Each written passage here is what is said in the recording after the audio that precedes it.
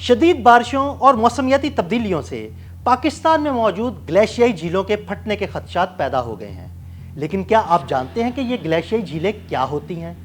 پاکستان میں کتنی گلیشیائی جھیلیں ہیں اور ان کا پھٹنے کا خدشہ کیوں رہتا ہے؟ آئیے آپ کو تفصیل سے بتاتے ہیں۔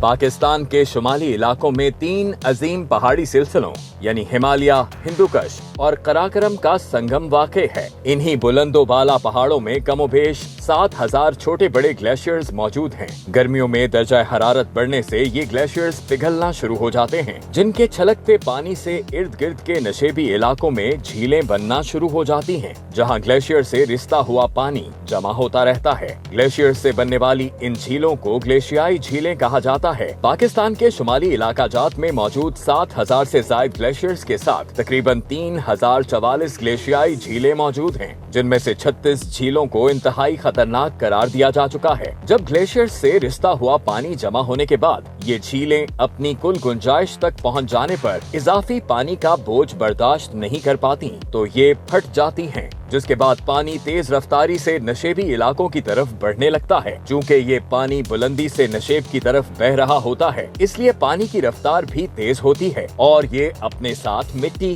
برفانی تودے اور بڑے بڑے پتھر بھی لاتا ہے۔ زیریں آبادیوں کے لیے یہ ایک تباہ کن سیلاب ہوتا ہے جو اچانک ہی انہیں اپنی لپیٹ میں لے لیتا ہے۔ اس عمل کو گلیشیائی جھیلوں میں سیلاب یعنی glacier lake out burst flood یا گلوف کہتے ہیں۔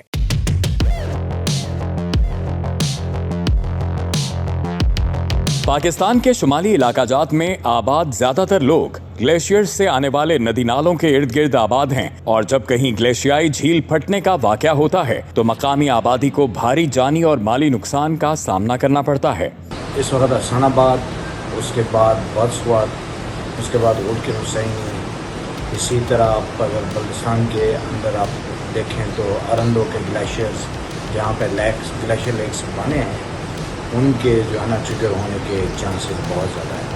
2019 میں چترال کی وادی گولین میں بھی روگھیلی گلیشیائی جھیل پھٹنے سے خوفناک سیلاب آیا تھا، جس سے گولین ویلی روڈ، 5 پل، بجلی گھر، مکانوں، دکانوں، مویشیوں کے باڑوں اور بڑی تعداد میں باغات اور زرعی اراضی کو نقصان پہنچا، جبکہ ازغور کے مقام پر قدرتی جنگلات کے بہت سے قیمتی درخت بھی سیلاب کی نظر ہو گئے تھے۔ فصلیں اور فراہمی آب کے تمام پائپ بھی سیلاب میں محفوظ نہ رہے۔ راستہ بند ہونے سے گولین وادی میں لوگ محصور ہو گئے تھے۔ گزشتہ 2 صدیوں میں قراقرم کے علاقے میں ایسے 35 سیلابوں کا ریکارڈ پایا جاتا ہے جو گلیشیائی جھیلوں کے پھٹنے سے آئے۔ کہا جاتا ہے کہ اندازاً 35 گلیشیئر نے اپنی جگہ سے حرکت کی اور وہ دریائے سندھ کی طرف جانے والی نہروں اور آبی راستوں کی طرف بڑھے۔ اچانک نمودار ہونے والا تیز رفتار پانی اپنے ساتھ مٹی اور پتھر بھی لایا، جنہوں نے راستے میں موجود آبادیوں اور تنصیبات کو تباہ و برباد کر دیا۔